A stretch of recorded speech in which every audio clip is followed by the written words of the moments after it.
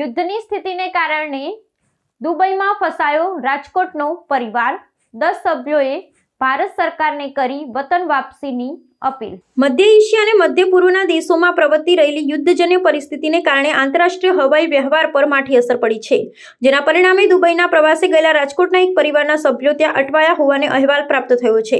રાજકોટના એક યુવાને દુબઈથી વિડીયો સંદેશ દ્વારા ત્યાંની વર્તમાન પરિસ્થિતિનો ચિતાર આપ્યો છે। યુદ્ધના ભય ઓથાર વચ્ચે હવાઈ સેવાઓ ખોરવાતા પ્રવાસીઓ મુશ્કેલીમાં મુકાયા છે। પ્રાપ્ત વિગત અનુસાર રાજકોટનો આ પરિવાર કુલ 10 સભ્યોના સમૂહ સાથે દુબઈના પ્રવાસે ગયો હતો। યુવાને પોતાના સંદેશમાં સ્પષ્ટતા કરી છે કે દુબઈમાં હાલ પરિસ્થિતિ સંપૂર્ણપણે સામાન્ય અને સુરક્ષિત છે, જેથી ગભરાવાની કોઈ જરૂર નથી, પરંતુ ભારત પરત ફરવા માટે ફ્લાઇટ્સ રદ થવાને કારણે તેઓ અનિશ્ચિતતામાં મુકાયા છે। હવાઈ માર્ગો બંધ થવાથી અને પ્રવાસ લંબાવાને કારણે વતનમાં રહેલા તેમના સગા સંબંધીઓમાં ચિંતાનું મોજું ફરી વળ્યું છે। આ વિકટ સંજોગોમાં ફસાયેલા પરિવારે ભારત સરકાર અને વિદેશ મંત્રાલયને નમ્ર અપીલ કરી છે કે તેમણે સરકાર પાસે માંગણી કરી છે કે વૈકલ્પિક વ્યવસ્થા કરી તેમને વહેલી તકે હેમખેમ સ્વદેશ પરત લાવવામાં આવે।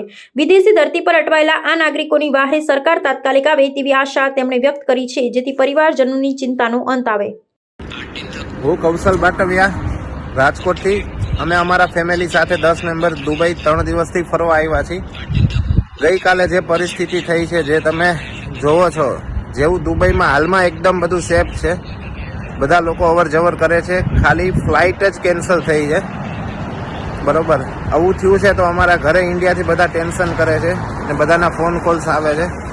તો આપણી ભારત સરકારને વિનંતી કે કોઈ ફ્લાઇટની વ્યવસ્થા કરીને જે ટુરિસ્ટ છે એમને અહીંથી દુબઈથી ઇન્ડિયા લઈ આવવાનો પ્રયાસ જલ્દીથી જલ્દી કરે, જેથી ઇન્ડિયામાં કોઈ ચિંતા ના કરે। ધન્યવાદ। જોઈ શકો છો તમે બધું દુબઈમાં બધું ઓન લાઈવ છે, ટેક્સી, ફૂડ બધું અવેલેબલ છે, બધા grocery store as of now available જ છે।